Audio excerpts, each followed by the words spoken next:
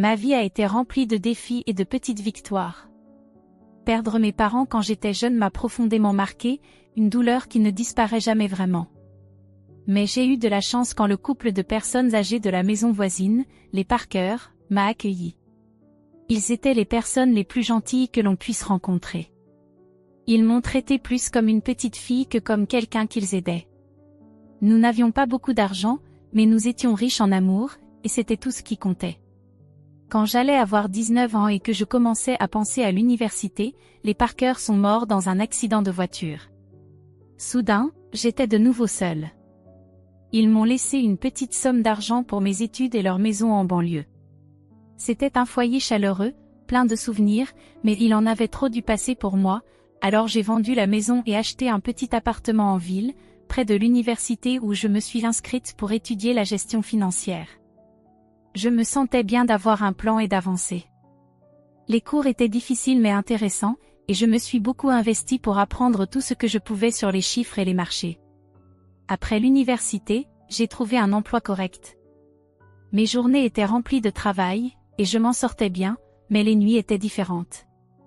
Même avec la ville pleine de monde, je me sentais étrangement seule. C'est alors que j'ai rencontré Peter, lors d'une fête entre amis. Il était bruyant, drôle et ne se souciait pas de savoir qui le remarquait. Son énergie était contagieuse, et nous avons connecté dès l'instant où il m'a bousculé et renversé ma boisson. « Et, fais attention à où tu marches », ai-je rétorqué, plus surprise qu'énervée. « Mon erreur, laisse-moi te dédommager, qu'est-ce que tu buvais ?» Peter a souri sans aucun signe de culpabilité. « Juste une bière, ai-je dit, essayant de ne pas trop sourire. »« 2 bières en route », cria-t-il par-dessus la musique, se dirigeant vers le bar improvisé. C'était Peter, simple, direct et sans drame. Nous avons passé toute la soirée à discuter de tout et de rien. Nous aimions tous les deux les vieux films et détestions le sushi. Parler avec lui était facile, et quand la fête s'est terminée, je n'avais pas envie de dire au revoir. 2 ans plus tard, il m'a demandé en mariage. Il n'y a pas eu de grand geste, juste nous deux devant la télé, quand il a sorti une bague de sa poche. « Épouse-moi », a-t-il dit, tenant la bague si fort que j'ai cru qu'il allait l'écraser. J'ai ri, non pas parce que c'était drôle, mais parce que c'était tellement nous, parfaitement imparfaits. « Oui, bien sûr, idiot », ai-je dit. Se marier n'a pas changé grand-chose au début. Nous étions toujours les mêmes personnes, mais désormais officiellement liés, ce qui semblait juste. Nous nous sommes installés dans ma petit appartement en ville, toujours près des rues animées, mais maintenant avec quelqu'un pour partager les moments tranquilles. La vie semblait plus remplie, et pour la première fois depuis longtemps, les nuits ne semblaient plus aussi solitaires. Être marié m'a apporté un sentiment de confort, mais la vie a une manière de vous garder sur vos gardes. Les parents de Greg, M et Madame Scott, étaient des gens formidables. Ils vivaient dans une maison confortable en banlieue et m'ont accueilli dans leur famille dès le début. Je voyais d'où Greg avait hérité son caractère détendu. Leur chaleur était un baume pour mon cœur, qui souffrait encore de la perte de ma propre famille. « Nous sommes tellement heureux que tu fasses partie de notre famille maintenant », disait souvent Madame Scott en me serrant la main avec tant de douceur que c'était à la fois réconfortant et un peu écrasant. « Merci beaucoup, j'apprécie vraiment à quel point vous avez été accueillants, répondais-je, me sentant sincèrement reconnaissante. Les visites chez eux étaient devenues notre routine de week-end. Ces jours étaient remplis de barbecue dans le jardin et de longues conversations autour d'un café.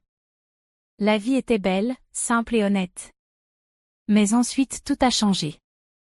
Greg a été appelé pour un long voyage d'affaires. Il serait absent pendant un certain temps. C'était une opportunité fantastique pour sa carrière, mais le moment n'aurait pas pu être pire. Peu de temps après le départ de Greg, la santé de M et Madame Scott a commencé à se détériorer, et cela s'est produit rapidement. Un jour, Madame Scott m'a appelé, sa voix pleine d'inquiétude. « Lorraine, je déteste demander, mais j'ai vraiment besoin de ton aide. Monsieur Scott ne va pas bien, dit-elle, la voix lourde d'émotion. Sans hésiter, j'ai préparé une valise et je suis allée en banlieue. Voir M et Madame Scott si fragiles m'a bouleversée. Monsieur Scott, qui avait toujours été fort et imposant, paraissait maintenant si petit, relié à des tubes et des machines. Je me suis rapidement adaptée pour aider à la maison, en cuisinant, en nettoyant et en faisant tout ce qui était nécessaire, tandis que Madame Scott se concentrait sur les soins de son mari. Le soir, je m'asseyais avec eux et je lisais à haute voix les livres préférés de Monsieur Scott. Il fermait souvent les yeux avant même que je termine un chapitre. Merci, Lorraine, murmurait-il les bonjours, sa voix n'étant plus qu'une ombre de ce qu'elle avait été. C'est un plaisir, vraiment, répondais-je en serrant doucement sa main, essayant d'offrir du réconfort du mieux que je pouvais. Un après-midi tranquille, alors que je coupais des légumes pour le dîner, Madame Scott s'assit à la table de la cuisine. Elle avait l'air plus vieille que d'habitude, manifestement usée par tout ce qui se passait. Lorraine, je ne sais pas comment te dire ça, mais nous traversons une période difficile, commença-t-elle, nerveuse, se tordant les mains. Monsieur Scott avait toujours été le principal soutien de la maison, et maintenant, avec sa santé déclinante, il était évident que Madame Scott était très stressée. J'ai mis le couteau de côté et je lui ai donné toute mon attention. Nous avons des difficultés, ma chère. Je déteste te le demander, mais accepterais-tu de louer ton appartement? Cela pourrait nous aider à traverser cette période difficile, dit-elle, baissant les yeux, visiblement embarrassée. Je n'ai pas hésité une seconde. Bien sûr, Madame Scott. Je vais m'en occuper immédiatement, ai-je répondu avec fermeté, voulant alléger autant que possible son fardeau. L'appartement a été loué rapidement, et chaque mois, je veillais à envoyer l'argent du loyer à Madame Scott, en y ajoutant assez pour couvrir les courses et les factures. Ce n'était pas facile, les trajets pour aller à mon travail en ville étaient un cauchemar, mais je me répétais sans cesse que la famille devait rester unie, quoi qu'il arrive. Tu es un ange, Lorraine, disait Madame Scott, émue, chaque fois que je lui remettais l'argent. C'est ce que fait la famille, répondais-je. Pourtant, il y avait des nuits où je restais allongée dans la chambre d'amis, écoutant les bruits lointains de la ville, sentant comme si le poids du monde reposait sur mes épaules. Les appels de Greg étaient mon salut. Même si la connexion était souvent mauvaise, entendre sa voix me permettait de tenir bon. Comment ça va, Lorraine? Tu arrives à gérer? Sa préoccupation était toujours évidente, même à travers la statique d'un appel longue distance. On s'en sort, ne t'inquiète pas pour nous, disais-je, essayant de paraître joyeuse, ne voulant pas ajouter à ses soucis. La vie chez les Scott a radicalement changé lorsque Kathleen, la fille de Madame Scott issue de son premier mariage, est soudainement apparue. Toute l'atmosphère a changé dès son arrivée. Elle avait une présence qui ressemblait à un vent froid s'infiltrant sous la porte.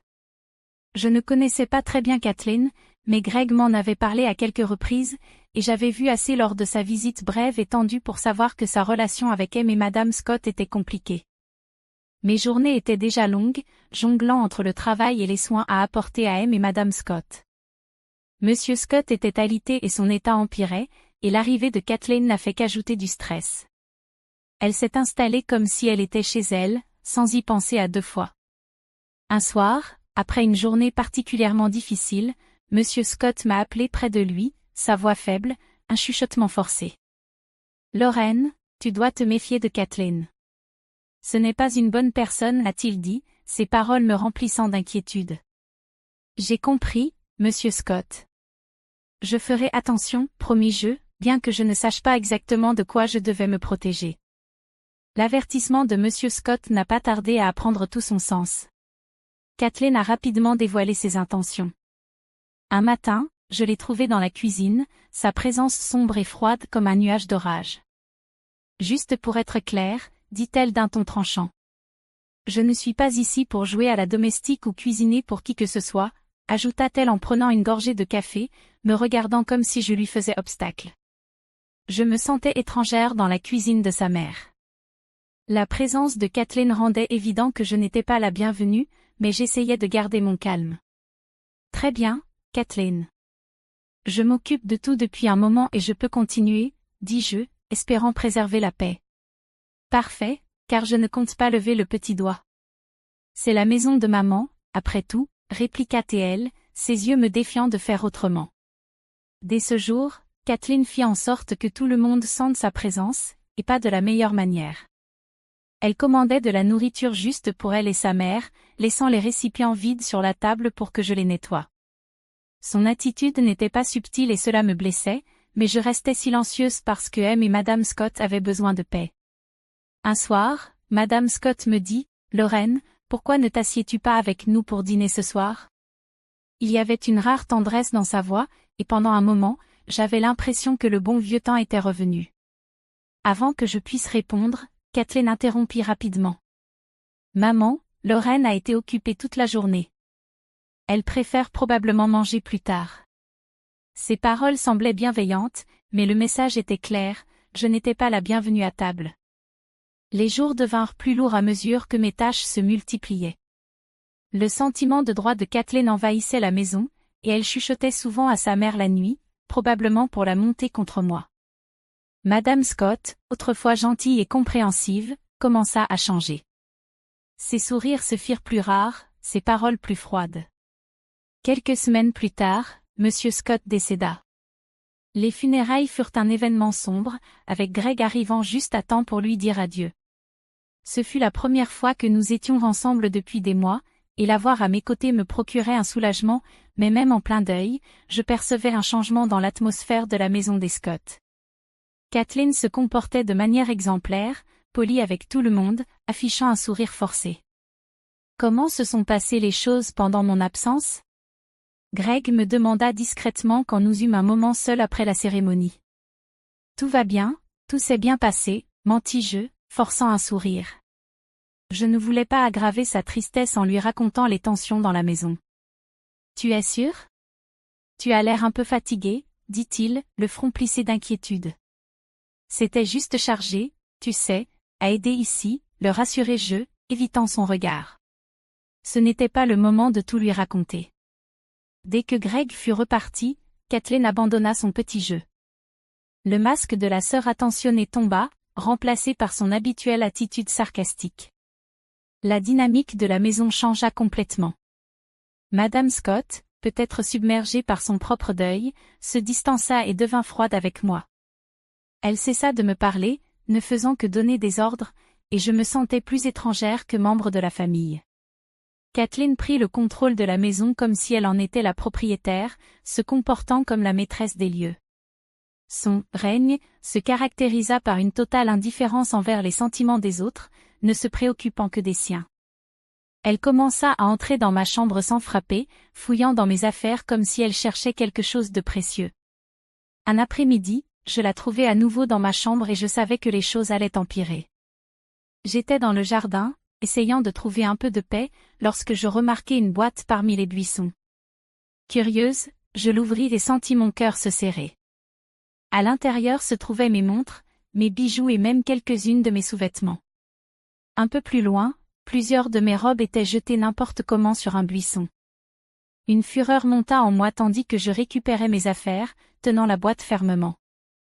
J'entrai, furieuse, et trouvai Kathleen affalée dans le salon, agissant comme si elle était la propriétaire des lieux. « Qu'est-ce que tu fais, Kathleen ?» demandai-je, ma voix tremblant de colère. « Tu ne peux pas simplement jeter mes affaires dehors. » Kathleen rit, un son froid et dur qui résonna dans la pièce. « Tu habites ici ? Tu n'es qu'une invitée, et même pas la bienvenue. Tu devrais être dehors, dans le jardin, ou mieux encore, à la rue. Après tout, tu n'es rien de plus qu'une mendiante inutile, » se moqua-t-elle, et ses paroles me blessèrent profondément, comme du sel sur une plaie. Tremblante, je me tournai vers Madame Scott, qui venait d'entrer dans la pièce. « Madame Scott, s'il vous plaît, dites-lui qu'elle ne peut pas me traiter comme ça. Cela devrait être ma maison aussi, implorai-je, ma voix tremblante. Mais Madame Scott, autrefois si gentille, me regarda comme si je n'existais pas. « Cette maison appartient maintenant à Kathleen, dit-elle froidement. Elle a raison, Lorraine, il est peut-être temps que tu trouves un autre endroit où vivre. » Ces mots m'ont frappé comme un coup de poing dans l'estomac. Je restai là, tenant la boîte, le cœur brisé. Le foyer que j'avais connu, la famille que je pensais avoir, s'effondrait devant moi. Malgré tout, je suis restée à cause d'une promesse faite à Monsieur Scott sur son lit de mort, prendre soin de sa femme et ne pas laisser Kathleen prendre le contrôle. Mais, jour après jour, Madame Scott commençait à ressembler de plus en plus à Kathleen. Ses mots, autrefois doux, devinrent tranchants, et ses yeux plus froids. Un soir, alors que je nettoyais la cuisine après le dîner, elle me réprimanda. Tu restes là à ne rien faire, n'est-ce pas? Je fais de mon mieux pour garder les choses en ordre, répondis-je, essayant de maintenir ma voix ferme, malgré la douleur causée par ces paroles. Ton mieux? Se moqua-t-elle. J'ai presque été dupée, on dirait que tu te contentes juste de profiter de nous. Elle tourna les talons et s'en alla, me laissant là, me sentant écrasée. J'étais loin d'être une profiteuse.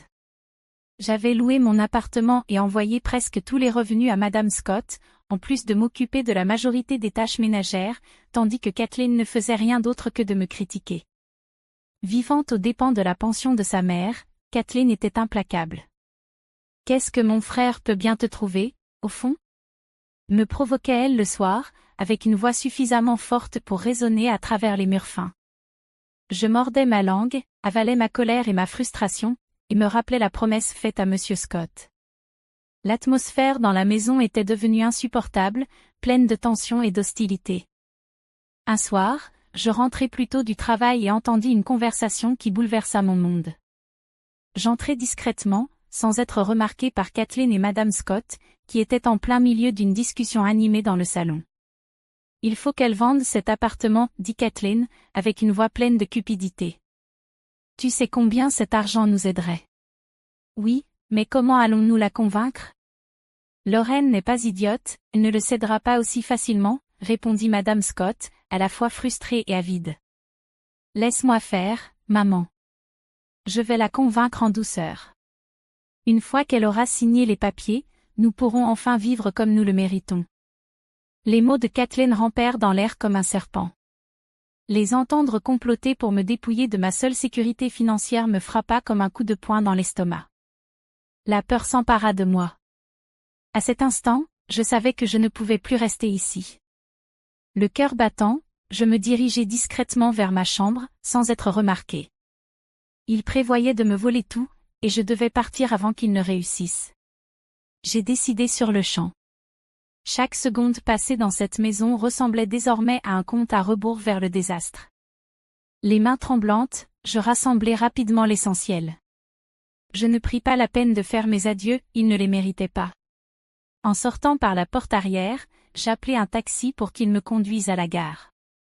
J'appelai Greg pour lui dire que j'avais quelque chose d'extrêmement important à lui dire. C'était un long voyage, mais je ne pouvais plus supporter cette situation.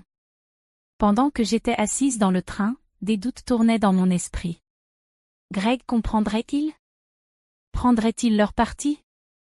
L'incertitude était écrasante, mais la peur de ce qui pourrait se passer si je restais était pire. Je regardais par la fenêtre, observant le paysage flou qui défilait, une mixture de peur et de détermination s'installant dans ma poitrine. Quand je retrouvai Greg, sa réaction fut un mélange de choc, de soulagement et d'inquiétude. Ses yeux s'écarquillèrent lorsqu'il ouvrit la porte, me voyant là, debout, avec un sac à la main, probablement aussi troublé que je me sentais. « Lorraine, que fais-tu ici? Tout va bien? » demanda-t-il, me faisant de la place pour entrer. J'hésitai un instant, absorbant la vue familière et réconfortante de sa maison temporaire. « Non, Greg, rien ne va plus, répondis-je, avec une voix tremblante. Il me conduisit jusqu'au canapé, son visage maintenant rempli d'inquiétude. « Parle-moi, chérie. Que s'est-il passé? » insista-t-il doucement. Je lui racontai tout. J'expliquai comment les choses avaient empiré depuis le retour de Kathleen, comment la situation à la maison était devenue insupportable et comment elle complotait pour me manipuler afin que je vende mon appartement. Je ne voulais pas l'inquiéter pendant qu'il était absent, travaillant, mais maintenant, il n'y avait plus moyen de le cacher. Au fur et à mesure que je parlais, le visage de Greg s'assombrit de plus en plus à chacune de mes paroles. Quand j'eus fini, ses poings étaient serrés et sa mâchoire tendue de colère. « Pourquoi ne m'as-tu rien dit avant? » demanda-t-il, avec une voix pleine de préoccupation et de frustration. Je ne voulais pas causer plus de problèmes. Je pensais pouvoir gérer ça, avouai-je, me sentant stupide maintenant. Lorraine, bon sang, tu n'aurais jamais dû avoir à gérer ça toute seule. Explosa-t-il, se levant et commençant à faire les 100 pas dans la pièce. Je ne peux pas croire que ma mère et Kathleen t'aient traité de cette façon.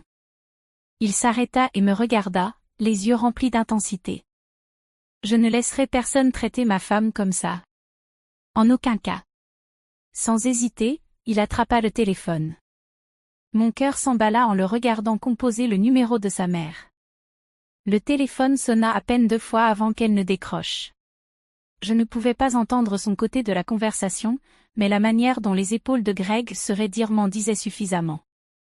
Maman, ça doit s'arrêter. Je suis au courant de tout, et je ne tolérerai plus ça. Si Kathleen ne part pas, et si tu ne commences pas à traiter Lorraine avec respect, c'est fini entre nous.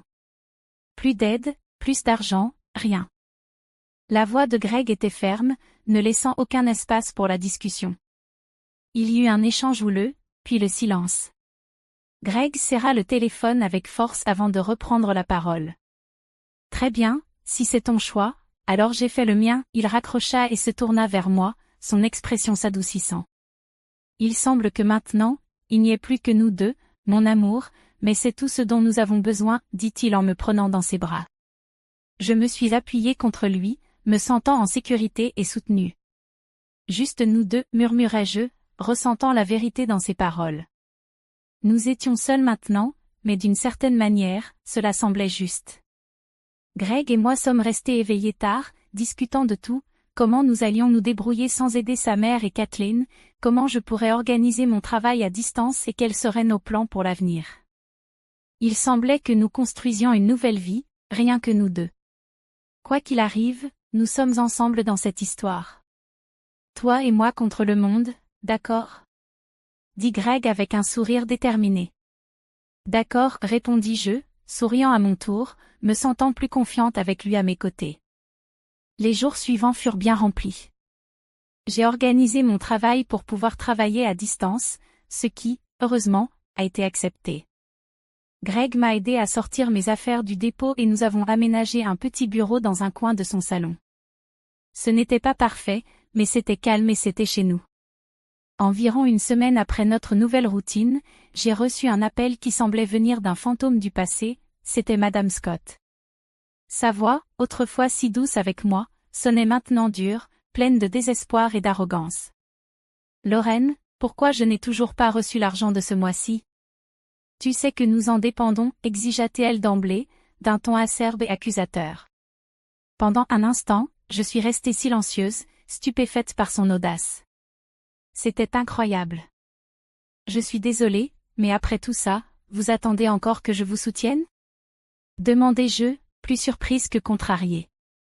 À l'arrière-plan, j'entendais la voix de Kathleen, aiguë et furieuse. C'est juste une ingrate. Fais-la transférer l'argent. J'ai pris une profonde inspiration pour calmer la colère qui montait en moi, alors que les paroles cruelles résonnaient dans ma tête, des paroles qui m'avaient profondément blessée. Madame Scott, Kathleen m'a traitée de profiteuse sans pitié, vous vous en souvenez ? Je n'enverrai pas d'argent à des gens qui me traitent ainsi. C'est terminé. Il y eut un silence à l'autre bout du fil, et je pouvais presque imaginer l'expression choquée de Madame Scott. Mais, nous sommes une famille, dit-elle enfin, avec une voix mêlant colère et désespoir. Non, une famille ne se traite pas ainsi. Au revoir, Madame Scott, dis-je fermement avant de raccrocher, sans lui laisser le temps de répondre. Cet appel m'avait bouleversée, mais Greg était là, solide comme toujours dans son soutien. Tu as fait ce qu'il fallait, Lorraine. Il est temps qu'ils apprennent à se débrouiller seuls, me rassura-t-il en passant un bras autour de mes épaules. Peu de temps après nous être installés dans notre ville natale, une autre surprise est apparue, j'étais enceinte. La nouvelle nous a apporté une joie inattendue, et soudain, l'avenir semblait lumineux et plein de possibilités. Nous avons décidé qu'il était temps de vendre mon appartement et d'acheter une petite maison en banlieue, quelque part près d'une bonne école, où notre enfant pourrait grandir. Alors que nous planifions le déménagement, un autre appel est venu, cette fois de Madame Scott. Sa voix semblait différente, désespérée, presque suppliante. Lorraine, j'ai fait une erreur. Kathleen m'a forcé à vendre la maison, elle a pris l'argent et m'a laissé sans rien. Je pourrais habiter avec toi et Greg ? Demanda-t-elle, d'une voix tremblante, suppliant de l'aide. C'était un test pour ma détermination. Madame Scott, vous avez choisi ce chemin lorsque vous vous êtes rangé du côté de Kathleen contre nous. Vous auriez pu faire un autre choix, dis-je, gardant ma voix ferme malgré le tourbillon que je ressentais à l'intérieur. Je sais que j'ai fait des erreurs, mais tu as un bon cœur. Ne peux-tu pas pardonner à une vieille femme pour ses mauvais choix? Implora-t-elle. Je soupirai, ressentant un pincement de pitié, mais me rappelant aussi toute la douleur que ses actions avaient causée. Je vous l'ai pardonné depuis longtemps, mais cela ne signifie pas que je peux vous laisser revenir dans ma vie. Vous devez vivre avec les conséquences de vos actions, tout comme moi, répondis-je, puis je raccrochai avec une décision ferme. J'ai bloqué son numéro. Nous avons continué nos plans et avons acheté une charmante petite maison avec un jardin, un endroit où notre enfant pourrait jouer et grandir. Un matin paresseux de jeudi, alors que je parcourais le journal avec mon café, un titre attira mon attention, une femme locale arrêtée pour une escroquerie à grande échelle. Je fixai la photo, incrédule. Là, devant moi, Kathleen, menottée, paraissait complètement abattue. Je ressentis un mélange de choc et, pour être honnête, un petit sentiment de justice. Quand j'ai vu la nouvelle, j'ai appelé Greg. « Regarde ça !» dis-je, levant le journal pour qu'il voie. C'est Kathleen. Elle a été arrêtée pour fraude. Greg prit le journal et lut l'article avec une expression sérieuse. Waouh, je ne peux pas dire que je suis surpris, mais quand même, ça fait beaucoup à assimiler. Oui, c'est vrai, acquiesçai-je. Mais elle a fait ses choix et maintenant elle fait face aux conséquences. En disant cela, je réalisai que cela me procurait un sentiment de clôture que je ne savais même pas que je cherchais. Finalement, nous avons appris par des amis que Madame Scott vivait dans un petit appartement, travaillant à 2 emplois juste pour survivre. Sa pension n'était pas suffisante pour couvrir ses frais de vie et les dettes que Kathleen avait laissées derrière elle. « Tu as entendu parler de ta mère ?» demanda l'un des amis de Greg, un soir où lui et sa femme étaient venus pour un barbecue dans notre jardin. « Oui, j'ai entendu, répondit Greg en retournant les hamburgers sur le grill. Sa voix contenait une touche de tristesse, mais aussi un sentiment de finalité. Elle a choisi ce chemin, Frank. C'est difficile, mais c'est comme ça. Frank hocha la tête, comprenant. Il n'y avait rien de plus à dire. Tu as raison, mon pote. Je pensais juste que tu devais le savoir. La conversation changea après cela, se dirigeant vers des sujets plus légers, comme le sport et le travail. La vie avait avancé, et nous aussi. La vraie joie de notre nouvelle vie devint évidente lorsque Kelly est née. Devenir parent changea tout. Cela changea nos priorités, nos rêves et guérit même certaines anciennes blessures, les remplissant d'un nouvel amour. Tu peux croire qu'elle est à nous? Chuchotai-je à Greg une nuit, alors que nous étions à côté du berceau de Kelly, la regardant dormir paisiblement. Elle est parfaite, Lorraine, tout simplement parfaite, murmura Greg, la voix pleine d'émotion.